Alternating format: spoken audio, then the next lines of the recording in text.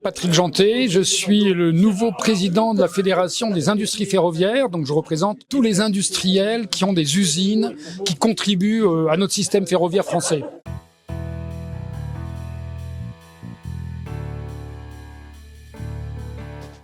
Le ferroviaire est le mode de transport le plus décarboné en France grâce à notre mix énergétique qui est lui-même décarboné.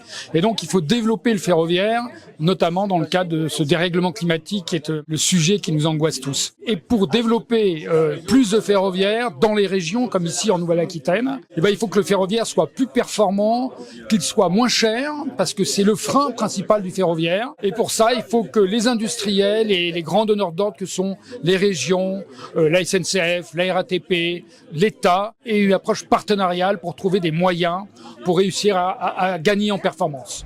Le ferroviaire a une place centrale dans la mobilité de demain. D'abord sur les grandes métropoles, comme à Bordeaux par exemple, où il faut développer ce qu'on appelle des services express régionaux, métropolitains plutôt, qui permettront justement d'irriguer à la fois la grande banlieue de Bordeaux, ce qu'on appelle la deuxième couronne, mais aussi qui permettra de connecter de manière beaucoup plus fréquente les villes qui sont dans l'aire économique, je dirais, de la métropole bordelaise par exemple, comme des villes comme Saintes par exemple. Et ça, c'est un défi d'abord d'investissement, c'est un défi aussi de ressources, de cadres, d'ingénieurs, de techniciens, d'ouvriers qualifiés. Et on a devant nous vraiment des investissements extrêmement importants. Un des grands enjeux, donc, c'est l'attractivité du ferroviaire. L'image du ferroviaire peut être parfois un peu vieillotte, mais néanmoins, aujourd'hui, on vit une révolution technologique dans le ferroviaire. Il y a eu le TGV il y a quelques années.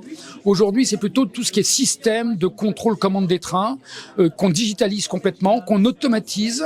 Et là, on est à la pointe de ce qui se fait de plus innovant aujourd'hui dans le monde et en France. Et pour ça, on a besoin évidemment d'attirer les jeunes et de les former. Ferrocampus, c'est l'archétype de ce qu'il faut monter dans les régions, localement, au plus près du terrain, des clusters, c'est-à-dire un ensemble d'entreprises, d'écoles, de formations qui travaillent ensemble justement pour à la fois attirer les jeunes, les former et ainsi pouvoir permettre la construction du réseau ferroviaire digital de demain.